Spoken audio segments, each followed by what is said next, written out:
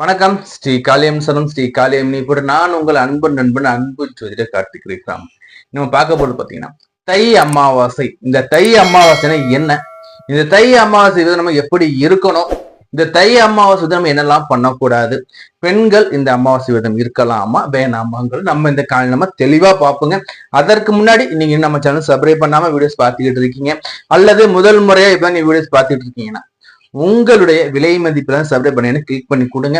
கூடவே all notice சொல்றது bell பட்டனை கிளிக் பண்ணி வச்சுக்கோங்க. அப்ப நம்ம ஆன்லைன்ல வந்தாலும் சரி, வீடியோஸ் போஸ்ட் பண்ணாலும் சரி, உங்களுக்கு நோட்டிபிகேஷன் வந்து நிற்குங்க. அதே மாதிரி நீங்க பாக்குற இந்த வீடியோ உங்க ஃப்ரெண்ட்ஸ், சுற்றத்தினர், உறவினர் எல்லாரோட இந்த லிங்க் அப்படியே ஷேர் பண்ணுங்க. அவங்களும் விஷயத்தை தெரிஞ்சுக்கட்டுங்க. இப்ப வாங்க என் தந்தையின் மகளுடைய வணங்கி கொண்டு நம்ம இந்த தை அமாவாசை என்ன, அது என்ன பண்ணு பார்த்துட்டு வருவோங்க. தை அமாவாசை, இந்த தை மாதத்துல ஒரு சிறப்பு இருக்கு. இது என்ன சிறப்புன்னு பாத்தீங்கன்னா, மகர வீட்டுல சூரியன் வந்து அமர்வார். அதாவது தந்தை வழி வரக்கூடிய உறவு முறையை குறிக்கிறது வந்து பாத்தீங்கன்னா சூரியன். அதாவது இவர் வந்து பிதாக்காரன் சொல்லுவோம், பித்ருக்காரன் சொல்லுவோம். இந்த சூரிய பகவான், இந்த சூரிய பகவானும் நமக்கு அந்த சந்திர பகவானும் ஒன்னா இணைஞ்சா நமக்கு அமாவாசை. எல்லாருக்கும் தெரியும், சூரியன் சந்திரன் ஒன்னா இருக்கிறது அமாவாசை. இதுல தாயார் வழி உறவுமுறை குறிக்கிறது மாதுர்கான்னு சொல்லக்கூடிய சந்திர பகவான். அப்போ சூரியன் சந்திரன் சேர்ந்தா அமாவாசை. இவங்க அம்மாவும் அப்பா ஒன்னா சேர்ந்து யார் வீட்டுல உட்கார்றாங்க? தன் மகன் சொல்லக்கூடிய அந்த சனீஸ்வரன் வீட்டுல வந்து அமர்றார். அதாவது மகர வீட்டுல சஞ்சரிக்கிறது பார்த்தீங்கன்னா தை மாதம் வரக்கூடிய அமாவாசை. இந்த தை மாதம் வரக்கூடிய அமாவாசையில வந்து பாத்தீங்கன்னா சக்திகள் மிக மிக அதிகம். முன்னோர்கள் நம் வீடு தேடி வரக்கூடிய நேரம் வந்து இந்த தை மாதம் வரக்கூடிய அமாவாசைங்க. அதாவது விஷ்ணு பகவான் ஒன்று சொல்லுவார், கிருஷ்ணன் சொல்லுவார். என்ன சொல்லுவார்னா, பிதுர்கடனை தீர்க்காதவங்க கிட்ட இருந்து நான் எதுவும் வாங்கிக்க மாட்டேன்பா. அது என்ன சார் பிதுர்கடன்? அதாவது நீத்தார் கடன் சொல்லுவோம். இறந்தவங்களுக்கு செய்யக்கூடிய கடமைகளை செய்ய தவறுகிட்ட வந்து நான் எந்த விதத்தையும் நான் வாங்கிக்கொள்ள மாட்டேன், அது எதுவாக இருந்தாலும் சரிம்பார் கிருஷ்ண பரமாத்மா, அதாவது மகாவிஷ்ணு. அப்போ ஒரு மனிதன் அவன் தன் முன்னோர்கள் சொல்லக்கூடிய இறந்தவர்களுக்கு செய்ய வேண்டிய அந்த திதி, தர்ப்பணம், சிராத்தனம் இது எல்லாத்தையும் அவர் வந்து கரெக்டா பண்ணணும். பண்ணும்போதுதான் நமக்கு இஷ்ட தெய்வமாக இருந்தாலும் சரி, குல தெய்வமாக இருந்தாலும் சரி, நம்ம வேண்டுதலும் சரி, நமக்கு பலன் கொடுப்பாங்கிறது சாஸ்திர ஐதீகங்க. அதாவது முன்னோர்களை வழிபாடு பண்ணாம நம்ம எந்த ஒரு ஆலயத்தை விட என்ன பரிகாரம் பண்ணா நமக்கு பலாபலன்கள் இல்லை. நம்ம இந்த உலகத்துக்கு கொண்டு வந்தோம் நம்ம முன்னோர்கள். நம்ம இன்னைக்கு வாழ்ந்துகிட்டு இருக்கோம்னா அதுக்கு காரணம் நமது முன்னோர்கள். நமது உழைப்பு இல்லை, நம்ம உழைக்கணும் இல்லை நான் சொல்லலை. நம்மளை பெத்து வளர்த்து படிக்க வச்சு எல்லாம் பண்ணது நமது பெற்றோர். நமது பெற்றோரை பெத்து வளர்த்து படிக்க வச்சு அவங்களுக்கு கல்யாணம் பண்ணி வச்சு அவங்க பெற்றோர். அப்படியே போய்கிட்டே இருக்கும். அப்போ நல்லா தெரிஞ்சுக்கோங்க, ஒருடைய ஜாதகத்துல பித்ரு தோஷம் இருக்குன்னா அவருக்கு எவ்வளவு சங்கடங்கள் இருக்குன்னு நீங்களே பாருங்க. பித்ரு தோஷம்னா என்னங்க? ஒண்ணு இல்லைங்க, முன்னோர்களுக்கு நம்ம செய்ய வேண்டிய கடமைகள் நம்ம சரியா செய்யாமல் இருக்கும் போது நமக்கு தொடர்ந்து வரக்கூடிய சந்ததியினருக்கு இந்த பித்ரு தோஷம் ஜாதகத்துல அமரும். அப்ப இந்த பித்ரு தோஷம் அவன் என்ன பண்ணுவோம் சொல்லுங்க? ஃபர்ஸ்ட் திருமண தடை, சரியான வேலை கிடைக்காது, நல்ல படிப்பு இருந்தும் படிப்புக்கான வேலை கிடைக்காது, பாதி பேருக்கு படிப்புல தடை இருக்கும், மன கஷ்டம் இருக்கும், தொடர்ந்து நோய்படுதல், அடிபடுதல், வீட்டுல விபத்து, இந்த மாதிரி எக்கச்சக்கமான பிரச்சனை கொடுத்துக்கிட்டே இருக்கும். அப்படிப்பட்ட அந்த பித்ரு சாபத்துக்கும் பித்ரு தோஷத்துக்கும் மிக மிக சிறந்த பரிகாரம் பார்த்தா இந்த அமாவாசை விரதம். அதிலும் மிக குறிப்பா வரக்கூடிய வருடத்துல 3 இருக்கும். ஆடி அமாவாசை, புரட்டாசி அமாவாசை, அடுத்து தை அமாவாசை. இந்த தை அமாவாசைங்கிறது அவ்வளோ பெரிய சக்திங்க. இப்ப உங்களுக்கு தெரிஞ்சிருக்கும் தை அமாவாசை என்ன, இதுல இவ்வளவு மகிமை இருக்கா உங்களுக்கு தெரிஞ்சிருக்கும். இந்த தை அமாவாசைக்கு நான் எப்படிங்க நான் வந்து விரதம் மேற்கொள்றதுன்னா என்ன பண்ணோம்? சூரிய உதயம் நீங்க எழுந்திருக்கணுங்க.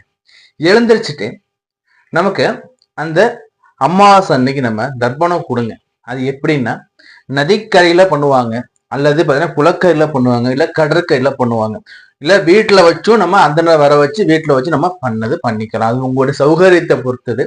அதை முடிச்சுட்டு என்ன பண்ணுங்க, வீட்டுக்கு வந்து வீட்டுல முன்னோர்கள் போட்டா இருக்கு பாத்தீங்களா, அந்த முன்னோர்கள் போட்டா வந்து தெற்கு பார்த்த திசையில வச்சுட்டு அவங்களுக்கு மலர்கள்ல அலங்காரம் பண்ணுங்க. முடிஞ்சா துளசி கிடைச்சா துளசி சேர்த்து கூட ரொம்ப நல்லதா இருக்கும். அலங்காரம் பண்ணிட்டு அவங்க நெய் தீபம் ஏத்திட்டு வீட்டுல அவங்கள வழிபாடு பண்ணுங்க. வீட்டுல எல்லாரும் வந்து அவங்கள வழிபாடு பண்ணிட்டு அன்னைக்கு விரதம் அனுசரிக்கணும் இல்லையா, அதுல உங்களுடைய முன்னோர்களுக்கு என்னென்னலாம் பிடிக்குமோ அசைவம் தவிர்த்துட்டு சைவத்துல அவங்களுக்கு என்னெல்லாம் பிடிக்குமோ அதெல்லாம் அவங்களுக்கு எடுத்து வச்சு சமைச்சு வச்சு புரியுதா. அவங்களுக்கு வந்து என்னன்னா வந்து ஃபர்ஸ்ட் காக்கைக்கு நம்ம என்ன பண்ணோம் வந்து அவங்களுக்கு வந்து காக்கையை கூப்பிட்டு இந்த காக்கைக்கு சாதம் வைக்கணும்.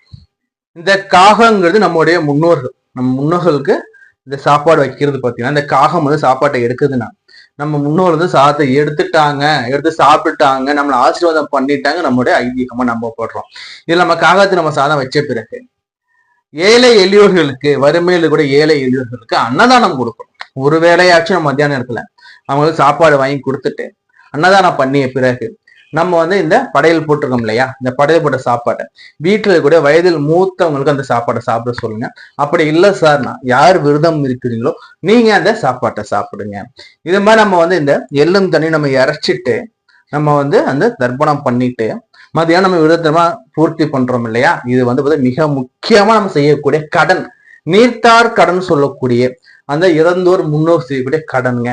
அடுத்து என்ன நம்ம பண்ணணும்னு பாத்தீங்கன்னா, இதுல ஒரு கேள்வி வரும் சார், நான் வெளிநாட்டுல இருக்கேன் சார், என்னால போயிட்டு அந்த இதெல்லாம் பண்ண முடியாது சார், நீங்க நதிக்கரை இல்லை அதே மாதிரி கடற்கரை இல்லைன்னு சொல்றவங்க வீட்டுல எப்படி சார் பண்ணலாம்னா, வீட்டுல பாத்தீங்கன்னா கால்படாத இடத்துல புரியுதுங்களா, சூரிய உதயத்திற்கு பிறகு குளிச்சு முழுவிட்டு என்ன பண்ண எள்ளும் தண்ணிய நீங்க இந்த வழியா இறக்கணுங்க. எள்ளும் தண்ணிய இன்னொரு நினைச்சு நீங்க இறைச்சிட்டு அந்த நீங்க விரதத்தை பூர்த்தி பண்ணுங்க. சார் இல்ல சார் எங்கிட்ட அது கால்பட இடம் இல்லைன்னா என்ன பண்ணுங்க, சுத்தமான பாத்திரத்துல சுத்தமான தண்ணியால எள்ளும் தண்ணிய பாத்திரத்துல இறைச்சிட்டு அந்த தண்ணியை கொண்டு போயிட்டு கங்கையில கட்டிடுங்க. இல்ல சார் ஒரு நதிக்கரையில விட்டுடுங்க, இந்த எள்ளு முளைக்க கூடாது, முளைக்கூட இடம் பார்த்து தண்ணியை நீங்க விட்டுடுங்க. இது வந்து நம்ம வீட்டுல எளிமையா பண்றது.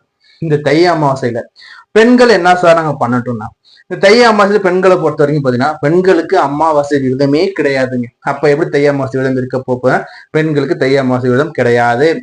இவங்க என்ன பண்ணலன்னு பாத்தீங்கன்னா ஆண்களுக்கு உதவி பண்ணலாம், அவங்களுக்கு சமைச்சு கொடுக்கலாம். எப்படி சார் சமைக்கணும்னா, இந்த பெண்கள் வந்து காலையில குளிச்சு முழு சுத்தபத்தமா சமைக்க ஆரம்பிக்கணும், சாப்பிட்டுட்டு ஆரம்பிக்கணும். ஒரு பழைய சாதம் இருக்கு, மீதமுள்ள நேற்று சமைச்சு மீதம் சாதம் இருக்குன்னா அந்த பழைய சாதம் சாப்பிட்டு டெய்லி அவங்க எப்படி சாப்பிட்டாலும் அதே மாதிரி எச்சி போடாம சமைக்க வேண்டும். அவங்க எந்த விரதம் மைண்டுக்கே போகக்கூடாது, விரதம் நினைப்பே இல்லாம நீங்க எப்போதும் சமைக்கிற மாதிரி எச்சி போடாம சமைச்சு சுத்தபத்தமா அவங்க நீங்க கொடுக்கலாம். இல்ல சார் அமாவாசை விரதம் இருக்கணும் சார் பிரியப்படுற நீங்க எப்படின்னா, கணவர் இருக்கும்போது நீங்க அமாவாசை விரதம் இருக்க முடியாது, உங்கள் பெற்றோர் இருக்கும் வரை நீங்க அமாவாசை விரதம் இருக்க முடியாது, உங்கள் ஆண் குழந்தைகள் இருக்கனாலும் நீங்க அமாவாசை விரதம் இருக்க முடியாது.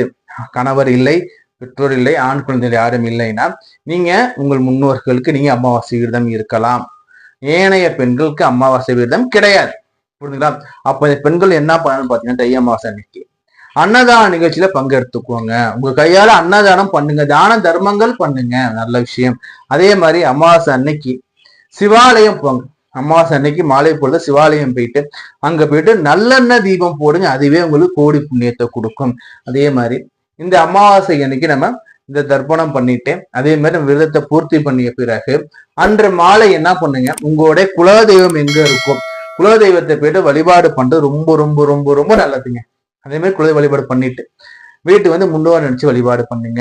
இல்ல சார் எனக்கு குலதெய்வம் எதுவும் இல்லை சார், நான் என்ன பண்ணுங்க, மாலை பொழுதுல சிவாலயத்தை போயிட்டு விளக்கு போட்டுட்டு அங்க 2 பேரும் தான தர்மம் பண்ணிட்டு வாங்க, ரொம்ப ரொம்ப நல்லதாக இருக்குங்க. நம்ம இது வரைக்கும் வந்து பாத்தீங்கன்னா இந்த அமாவாசை விரதனை என்ன, இந்த அமாவாசை எப்படி நம்ம இருக்கணும், பெண்கள் நம்ம எப்படி இருக்கணும்னு நம்ம சொன்னோம் இல்லையா. வரக்கூடிய காலகட்டத்துல இதே மாதிரி மிக அரிய தகவல் நான் உங்களை வந்து சந்திக்கிறேன். உங்களுக்கு ஜாதகம் பார்க்கணும், திருமண பொருத்தம் பார்க்கணும், வேற ஏதாச்சும் ஜாதகம் பிரச்சனைகளுக்கு உங்களுக்கு தீர்வுகள் வேணும் பிரியப்படுற நீங்க ஸ்கிரீன்ல நம்பர் கொடுத்துருக்கு, எப்ப வேணா கால் பண்ணி கன்சல்டேஷன் வாங்கிக்கோங்க. நான் உங்கள் அன்பு ஜோதிடர், அன்பு நண்பன் கார்த்திக் ரகுராமன். நன்றி, வணக்கம்.